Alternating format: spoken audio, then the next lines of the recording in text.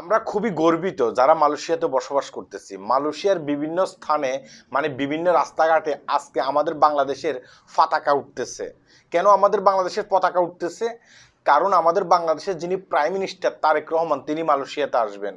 এই কারণে দেখলাম যে আমাদের বাংলাদেশি কমিউনিটির লোকজন যারা মালয়েশিয়াতে বসবাস করতেছি তাদের ফেসবুকে, তাদের আবার টিকটকে তারা ওই যে বাংলাদেশের পতাকা উঠতেছে মালয়েশিয়ার রাস্তাঘাটে সেই ভিডিও আপলোড করতেছে এবং কি বলতেছে যে আমরা খুবই গর্বিত।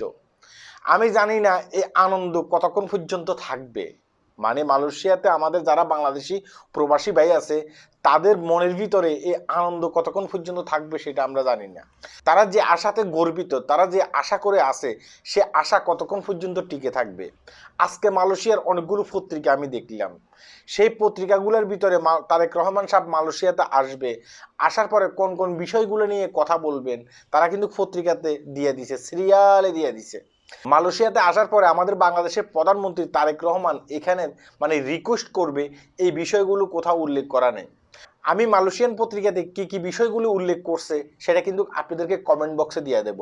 কোন কোন বিষয়গুলো নিয়ে আমাদের বাংলাদেশের প্রধানমন্ত্রী এখানে কথা বলবেন সেটা কিন্তু দিয়ে দেব।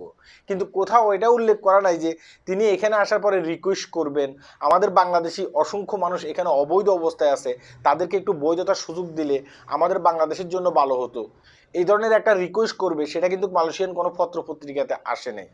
অর্থাৎ আমরা ধরে নিতে পারি যে আমরা যারা এখানে আশা করতেছি আমাদের আশায় কিন্তু ধুলেবালি, আমাদের আশা হয়তোবা পূরণ হবে না, আমরা কিন্তু সেটা ধরে নিতে পারি। হয়তোবা যারা আজকে খুশি তাদের ফেসবুক সোশ্যাল মিডিয়ার ভিতরে কিংবা টিকটকের ভিতরে আপনারা ওই যে পতাকা ছবি দিচ্ছেন তারা হয়তোবা কালকে এসে মন খারাপ করে বিছানায় বসে বসে কাঁদবেন।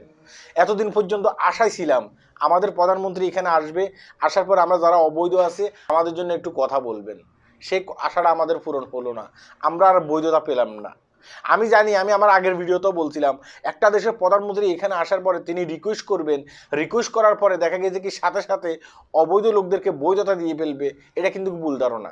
তিনি যদি এই রিকোয়েস্টটা এখানে এসে করতেন বা করেন তাহলে যারা এখানে বাংলাদেশি প্রবাসী আছে তাদের মনের ভিতরে একটা আশার আলো জাগতো।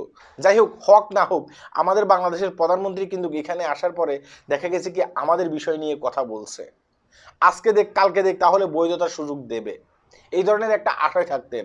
আপনি একটা জিনিস মনে রাখবেন যে মানুষ কিন্তু আশা নিয়ে বসে থাকে, আশা নিয়ে সেই বেঁচে থাকে। এই আশাটাই যদি সে না পায় তাহলে সে কিভাবে বাঁচবে? অসংখ্য প্রবাসী এখানে অবৈধ অবস্থায় আছে, আগে এদেরকে নিয়ে কথা বলা উচিত। বাংলাদেশ থেকে শ্রম বাজার চালু করার আগে, সত্য কথা বলতেছি, বাংলাদেশ থেকে শ্রম বাজার চালু করার আগে। সবাই ভালো থাকবেন, ভিডিওটি শেয়ার করবেন। খুবই কষ্ট লাগলো কোনো মালয়েশিয়ান পত্র পত্রিকাতে এই বিষয়টা নিয়ে কথা বলে নেই, শুধুমাত্র কথা বলছে এখানে এসে কোন কোন বিষয়গুলো নিয়ে তারা আলোচনা করবেন সেটা কিন্তু আগে থেকে মালয়েশিয়ান পত্র পত্রিকাতে চলে আসছে, সেটা আমি কমেন্ট বক্সে দিয়ে দিচ্ছি। আল্লাহ হাফেজ।